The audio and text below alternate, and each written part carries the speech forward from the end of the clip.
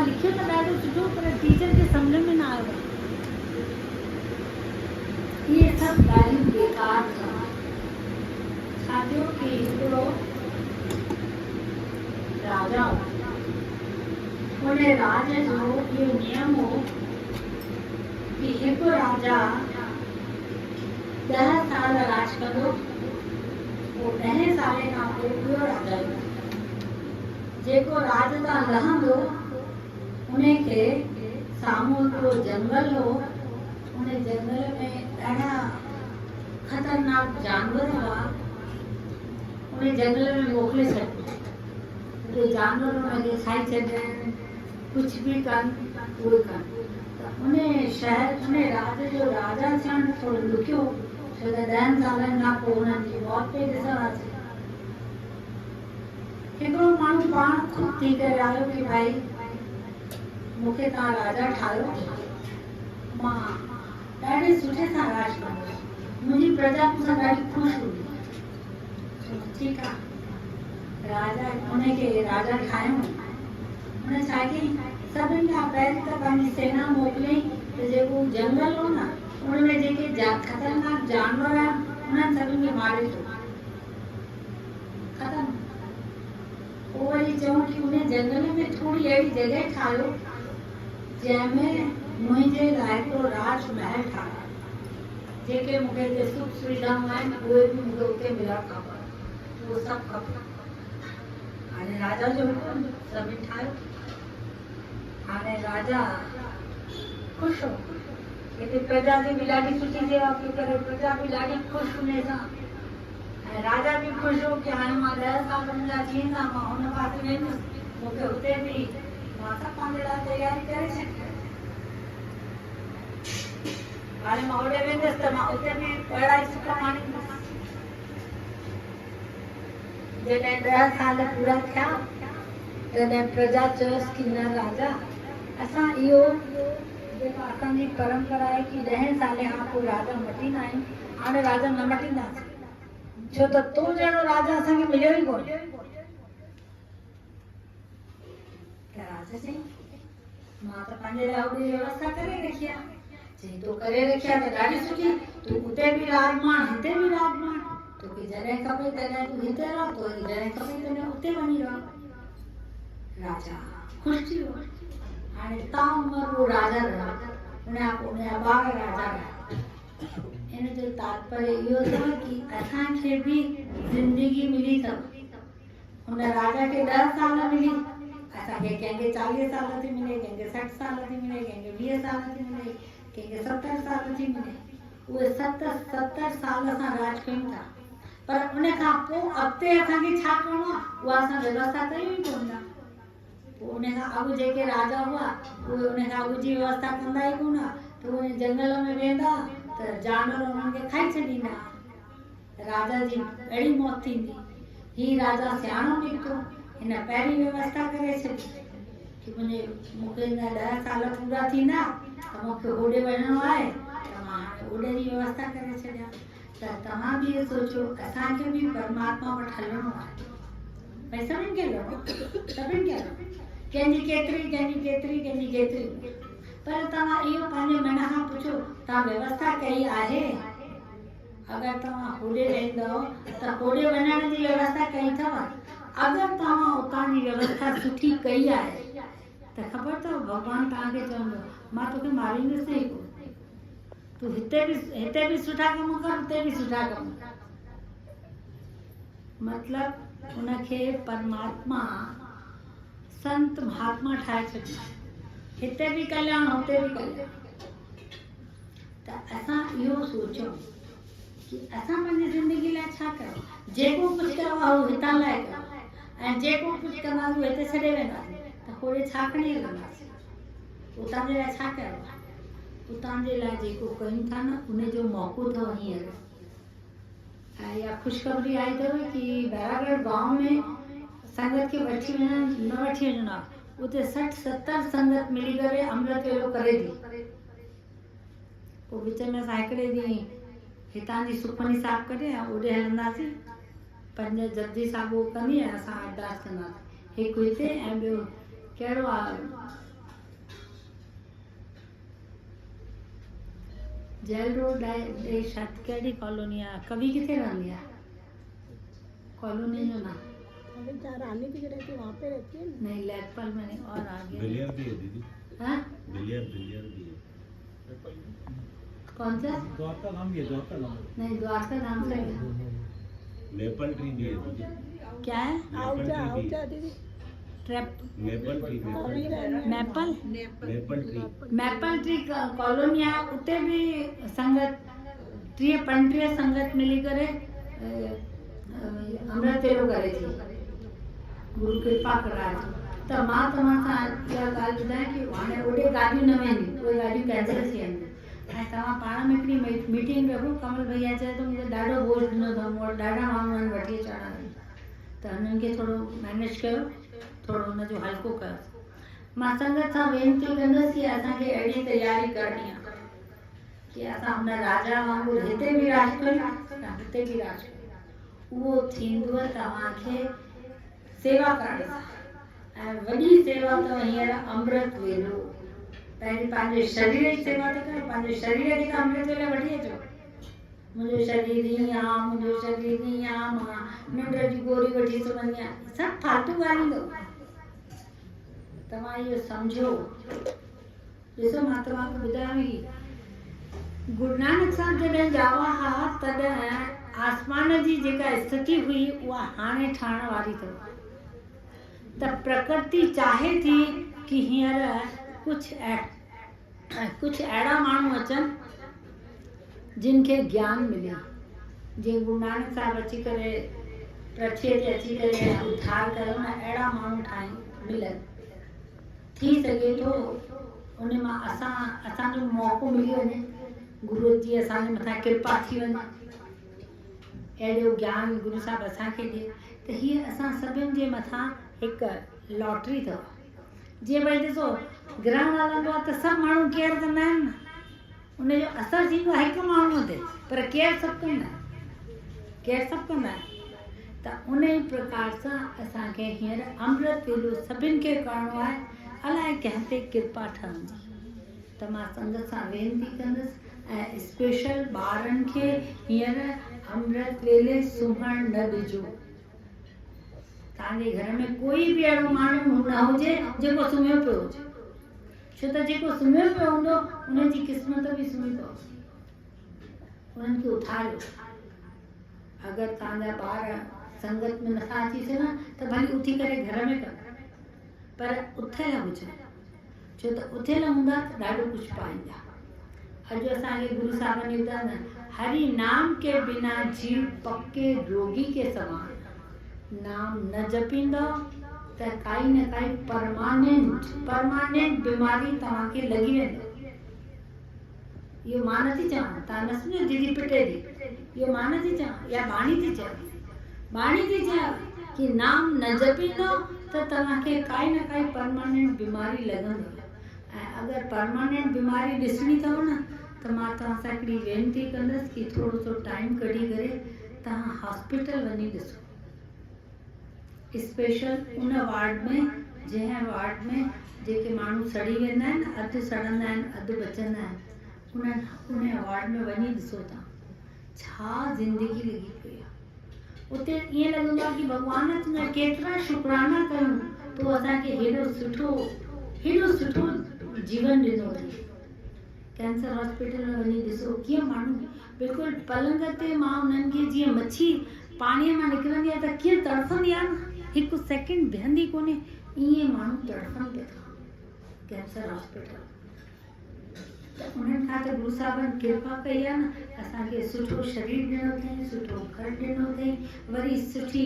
संगत ॾिनी अथई वरी अहिड़ो सुठो नियम ॾिनो अथई असां उहो नथा करे सघूं हिन लाइ कि नथो पुॼे ऐं हाणे हींअर गरबा हलनि पिया था शायदि है न त उन्हनि ते वञी करे तव्हां पंहिंजो टाइम न वेस्ट कयो छो त गुरु गोबिंद सिंह साहिबु चयो अथव अखियुनि खे जेतिरो नाच गान ॾेखारींदव अखियूं ओतिरियूं कलजुग ॾे भॼंदव भई ॾिसो हींअर मुंहिंजी इच्छा थींदी आहे मूंखे चांहि पीअणी आहे मूंखे चांहि जी ज़रूरत कोन्हे पर मुंहिंजी इच्छा आहे मूंखे चांहि पीअणी आहे त अगरि असां इहे नाच गाना ॾिसूं था न पोइ असांजो मन चवंदो आहे कि हाणे ओॾे वञो पाठ पूजा खे छॾियो। सुभाणे खां जेको चालीहो थिए थो न, उन चालीहे में तव्हांखे ॾाढी केयर करणी अथव। हिकिड़ो त ॻाल्हायो घटि। मां संगत सां वेनिती कंदसि, सुभाणे खां वठी केरु मूं सां त फालतू ॻाल्हि करे ई न। जेका कम जी, ॾाढी कम जी ॻाल्हि आहे, सेवा जी ॻाल्हि आहे, पाठ जी ॻाल्हि आहे, व्यवस्था जी ॻाल्हि आहे, उहा कयो। बाक़ी फालतू ॻाल्हि न। फालतू ॻाल्हियूं न कयो, फालतू खाओ न, बाज़ार जो गंदो खाओ न। ऐं कोशिशि कयो कि उन्हनि माण्हुनि सां न मिलो जेके पाठ न कंदा आहिनि। भले रिश्ते में तव्हांजो केरु हुजे, उन्हनि माण्हुनि सां थोरो दूर रहो जेके पाठ पूजा नथा कनि। उहे ख़बर अथव असांखे बि पाण में आणे वठंदा आहिनि। हाणे कल्ह हिकिड़ो माण्हू मूं वटि आयो अथव, ॾिसे पियो कि हिते एॾी सुठी व्यवस्था पई थी हले, हिते गुरु ग्रंथ साहिब आहे, हिते 24 कलाक पाठ पे तो हले। उन खां पोइ मूंखे चए तो, दीदी मैं आपको एक बात बताऊं, पता है कर्म ही पूजा होती है, आप क्या कर रहे हो? मतलब कि आप कुछ कमाई नहीं कर रहे हो, क्या खाओगे? भैया मां ॾाढी कमाई करे वरिती आहे, मां बैंक में नौकरी करे एतिरी तयार आहियां कि हाणे मूंखे ताउमर पेंशन मिले थी, मां खाईंदसि। हुनजे चवण जो पैसे जो मतिलबु न, हुनजे चवण ॿियो कुझु, कर्म ही पूजा आहे। नहीं, असांखे ॾाढा माण्हू अहिड़ा मिलंदा, ख़बर अथव इलाही माण्हू तव्हांखे इहे मिलंदव कि निंड फिटाए करे पाठ करण जो छा मतिलबु आहे? शरीर खे तकलीफ़ ॾेई करे पाठ करण जी कहिड़ी ज़रूरत आहे? तव्हां पाठ पोइ बि था करे सघो। उन्हनि खे अमृत वेले जो ब्रह्म मुहूर्त जो मतिलबु ई ख़बर कोन्हे, त उहो त इहे ॻाल्हाईंदा न। अहिड़नि माण्हुनि खां परे रहो। ऐं अगरि मजबूरीअ में तव्हांखे कंहिं शादी पार्टी में वञिणो हुजे, मां त संगत सां वेनिती कंदसि, जेका संगत इहो चए थी मूंखे ॿाहिरि वञिणो आहे, उहा संगत बि पंहिंजे दिमाग़ सां, थधे दिमाग़ सां सोचे कि ॿाहिरि वञी असां छा कंदासीं। माता शायदि वेठी हूंदी, जंहिं माता चयो मूंखे सुल्तानपुर वञिणो आहे, हा न, मूंखे चयो मां दीदी मूंखे सुल्तानपुर ॿ ॾींहं वञिणो आहे। मां चयो हुते छा कंदो? चई हुते मेलो लॻंदो आहे, असांखे मेले में वञो। मां चयो मेले में छा कंदो? चई हुते सत्संग थींदो। मां चयोसि पोइ सत्संग ॿुधंदव तव्हां? चई हा सत्संग बि ॿुधंदासीं, लंगर बि खाईंदासीं, माण्हुनि सां बि मिलंदासीं, सभु कुझु कंदासीं। मां चयोसि अगरि तव्हां मूंखां सलाह था वठो न, अगरि तव्हांजी जॻह ते मां हुजां मां त न वेंदसि।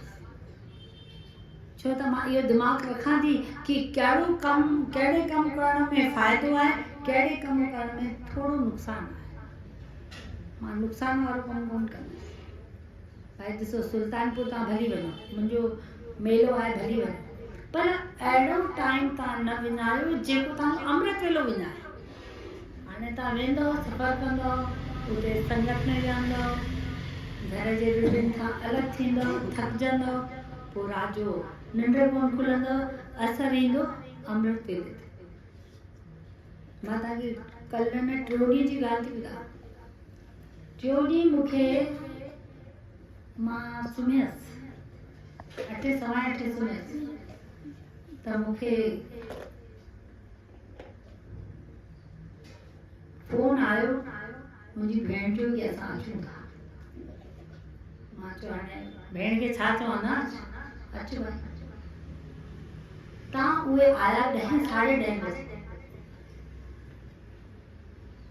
आखिर उन्हनि सां ॻाल्हियूं करे, हे करे, 11:15 थी विया। मूंखे सुम्हण में 11:15 थी विया। इहा परीक्षा हुई। हाणे गुरु साहिब चवनि 11:15 बजे तूं सुम्हंदीअ त छा उथंदी? ऐं चवां थी कि 11:15 बजे न सुम्हां, सनानु करे पाठ ते विया त मन चयो ॾाढी थकिजी पई आहे, मथे में सूर थो थिए, मन चवे पियो। मां चयो न, इहो मन चवंदो 11:15 बजे तव्हां विश्वास कंदो, मां जंहिं पाणी सां सनानु कयो न, उन पाणी में सायो करे बर्फ़ विधी। असां गरम पाणी सां सनानु कयूं न, मां बर्फ़ विधी, छो त बर्फ़ वारे पाणी सां सनानु करण सां शरीर बिल्कुलु पंहिंजी निंड में नस भुलाए छॾींदो। मूंखे लॻे पियो गुरू बाबा हीअं नथी बुखार थी पियो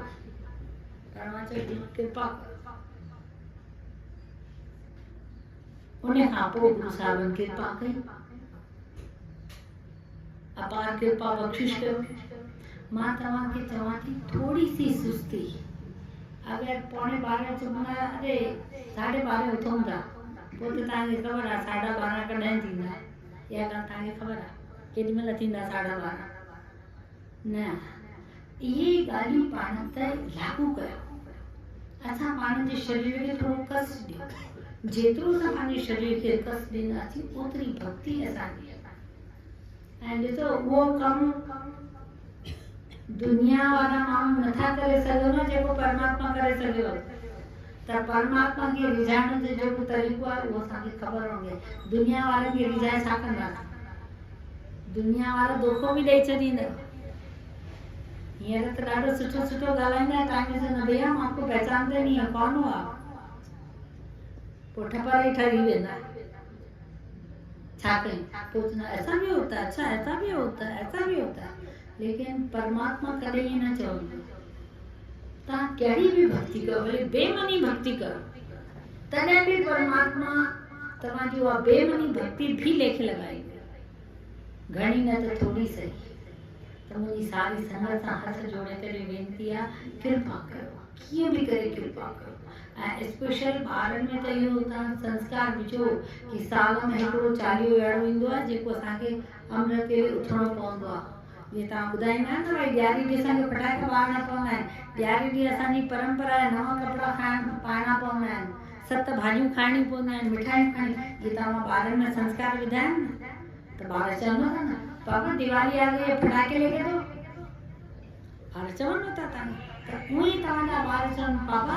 वो अमृत वेला कब आएगा जब 40 दिन हमको उठना पड़ेगा वो अमृत वेला कब आएगा उहे ॿार तव्हांखां इहो सवाल पुछनि अहिड़ो ॿारनि में अहिड़ा संस्कार विझो उहो तॾहिं ईंदा जॾहिं तव्हां कंदव तव्हां ई न कंदव त ॿार छा कंदा ऐं सची कमाई अथव भक्ति सची कमाई हिकु ॻाल्हि हमेशह यादि रखिजो दुनिया में सभिनि खां ऊचो नालो अथव भक्ति प्रभुपाल सिमरन सत्य ऊंचो असांखे सभिनि खां ऊची शइ मिले थी त पोइ असां नंढियूं नंढियूं शयूं छो मेड़ियूं भाई चमकीला कपड़ा चमकीला पत्थर वो मेड़ो कहिड़ो फ़ाइदो तंहिंखां हिकिड़ो हीरो वठी रख न उन हीरे मां असांजो कमु थी वेंदो उहो हीरो अथव भक्ति त मां संगत सां वेनिती कंदसि सुभाणे टाइम जो ध्यानु रखंदा मूंखे माफ़ कजो 4 बजे जा गेट बंदि थी वेंदो त पोइ सीढ़ियुनि खां हथ न जोड़िजो दीदी दीदी न जा मतिलबु छा पोइ तव्हां उन सुखमनी साहिब में ऐड न थींदो तो इंतज़ार त कोशिशि कजो असां 4 बजे पहुची वञूं ऐं उहा सुखमनी साहिब गुरु अर्जन देव साहिब पाण अची ॿुधंदो छो त मां पंहिंजे वात सां इहो चवांव थी कि गुरु अर्जन देव साहिब ॾिसनि पिया था 3.5 साल थी विया आहिनि लगातार सुखमनी साहिब हले पई तो गुरु अर्जन देव साहिब चवंदा भाई अहिड़नि माण्हुनि जे त नसीब में जेको न आहे उहो बि ॾेई छॾी न त छॾींदा ई पिया दिमाग़ खाईंदा हिन करे अहिड़ी संगत खे त ख़ुशि कर त इहो मौक़ो अथव गुरु अर्जन देव साहिब ख़ुशि थियण वारा अथव हाणे तव्हां पाण खे संभालियो बोल गुरु नानक